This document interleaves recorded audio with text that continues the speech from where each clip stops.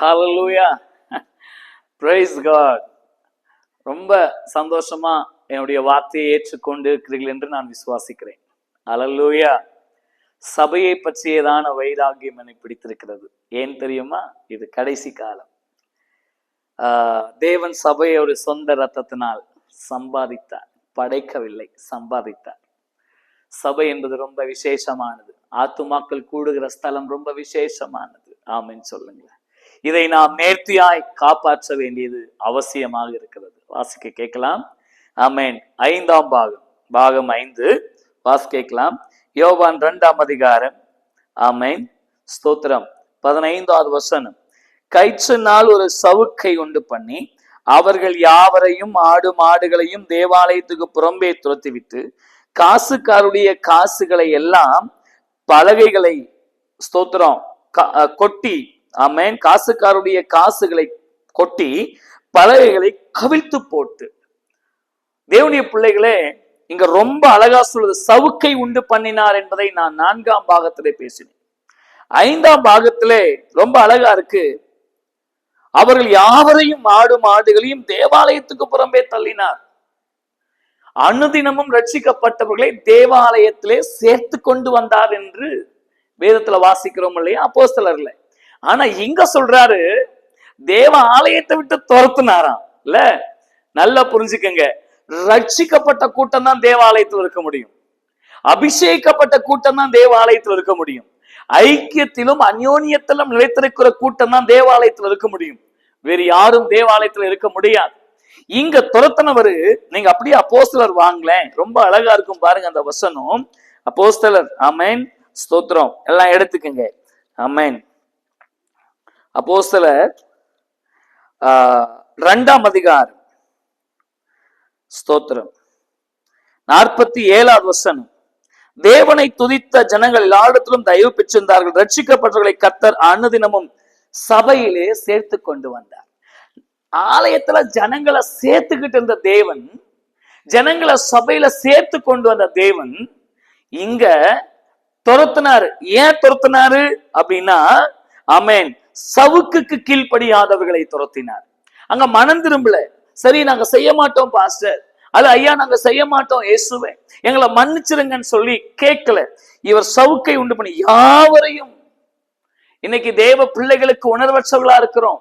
தேவ சமூகத்துல மன்னிப்பு கேட்டு மனம் திரும்பி பரிசுத்த வாழ்க்கை வாழாதவர்களே, விசுவாசிகளே, சபையிலே இருக்கிறவர்களே, உங்களை பார்த்து இன்றைக்கு ஆண்டவர் சொல்லுகிறார், ஆண்டவர் துரத்தி விடாதபடிக்கு மனம் திரும்புங்கள். அவர் பார்த்துட்டு சும்மா இருக்காரு நினைக்காதீங்க. வசனம் உங்களுக்காக வரும்போது மனம் திரும்ப கற்றுக்கொள்ளுங்கள். நீங்க நிறைய பேர் வசனத்துக்கு மனம் திரும்புறதே கிடையாது. வசனத்தின்படி தன்னை ஒப்பு கொடுக்கிறதே கிடையாது. ஓ சரி, நம்ம மனம் திரும்பி தேவ சித்தப்படி வாழ்வோம் அப்படியெல்லாம் இல்ல. எனக்கே பேசுறாங்க, என் மனசை குத்தியே பேசுறாங்க, என்னை வேதனைப்படுத்தியே பேசுறாங்க, யாரோ சொல்லி கொடுத்துட்டாங்க, இப்படிதான் நினைக்கிறோம். அப்படி இல்லைங்க. உங்களோட ஆண்டவர் பேசுறாருன்னா உடனே மனம் திரும்புங்க, மனம் திரும்புங்க. ஆமென். பாருங்க அந்த வசனம் அவ்வளவு அழகா சொல்லுது பாருங்க. ஸ்தோத்திரம். தேவாலயத்துக்கு புறம்பே, இவ்வளவு நாள் தேவாலயத்துல உட்கார்ந்து வியாபாரம் பண்ணிட்டு இருந்தவங்க, இவ்வளவு நாள் ஆமென் ஆலயத்துல உட்கார்ந்து ஆராதிக்காம கண்ட கதைகளை பேசினவங்க, குறைகளை பேசினவங்க, தேவையில்லாத சம்பாஷணைகள் இருந்தவங்களை தேவன் வெளியே துரத்தி விட்டார். ஒருவேளை நீங்க இன்னைக்கு தேவாலயத்துல உட்கார்ந்து இருக்கலாம், சபைக்குள்ள உட்கார்ந்து பாவம் செய்து கொண்டிருக்கலாம், சபைக்குள்ள உட்கார்ந்து வட்டி கொடுத்துட்டு இருக்கலாம், சபைக்குள்ள உட்கார்ந்து தேவையில்லாத ஸ்தோத்திரம் யோசனைகளையும் விசார வேசித்தனங்களையும் செய்து கொண்டிருக்கலாம். ஆமென். ஆண்டவர் என்ன செய்ய போகிறார்? விரைவில் துரத்தி விட போகிறார். பக்கத்துல கூட நிக்க வைக்க மாட்டார்.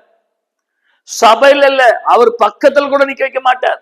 அவர் பக்கத்துல நிற்க தகுதியற்றவர்கள் சபையில இருக்க முடியாது. எல்லாரையும் சேர்த்து சேர்த்து பிடிக்கிற தேவன் ஏன் துரத்த வேண்டும்?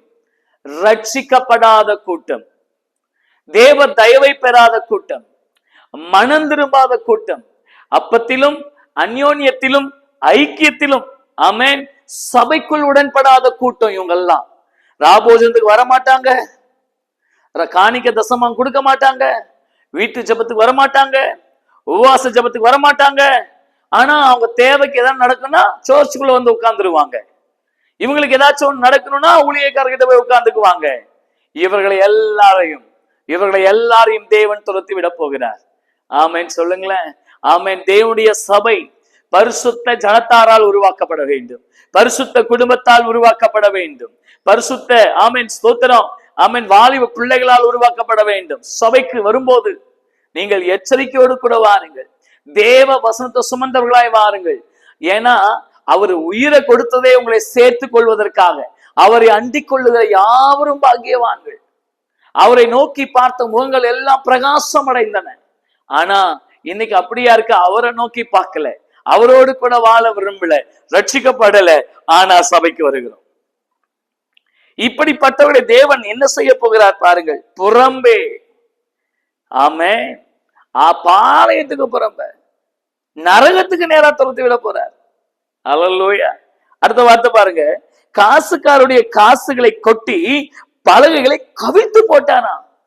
உங்க வாழ்க்கைய ஒண்ணும் இல்லாம ஆக்கிடுவார். காசு நிறைய இருக்கும், சகாயமின்றி ஒருவன் தேவனுடைய ஆலயத்தை கெடுத்தால் அவனை தேவன் கெடுப்பார். நல்லா புரிஞ்சுக்கங்க, ஒருவன் தேவனுடைய ஆலயத்தை கெடுத்தால் அவனை தேவன் கெடுப்பார். காசுக்காரர்கள், சபையை கெடுக்கிற காசுக்காரர்கள், சபைக்கு சாட்சியா இல்லாத காசுக்காரர்கள், சபையை வருமானத்துக்காக வைத்திருக்கிற காசுக்காரர்கள், சபையில வருமானத்துக்காக விசுவாசிகளா இருக்கிற காசுக்காரர்கள். கர்த்தருக்கு ஸ்தோத்திரம். எல்லா ஆராதனையும் மிஸ் பண்ணிட்டு வேலை வேலைன்னு ஓடுற காசுக்காரர்கள் இவருடைய பலகைகளை கவிழ்த்து போடுவார். கவிழ்த்துனா என்ன தெரியுமா?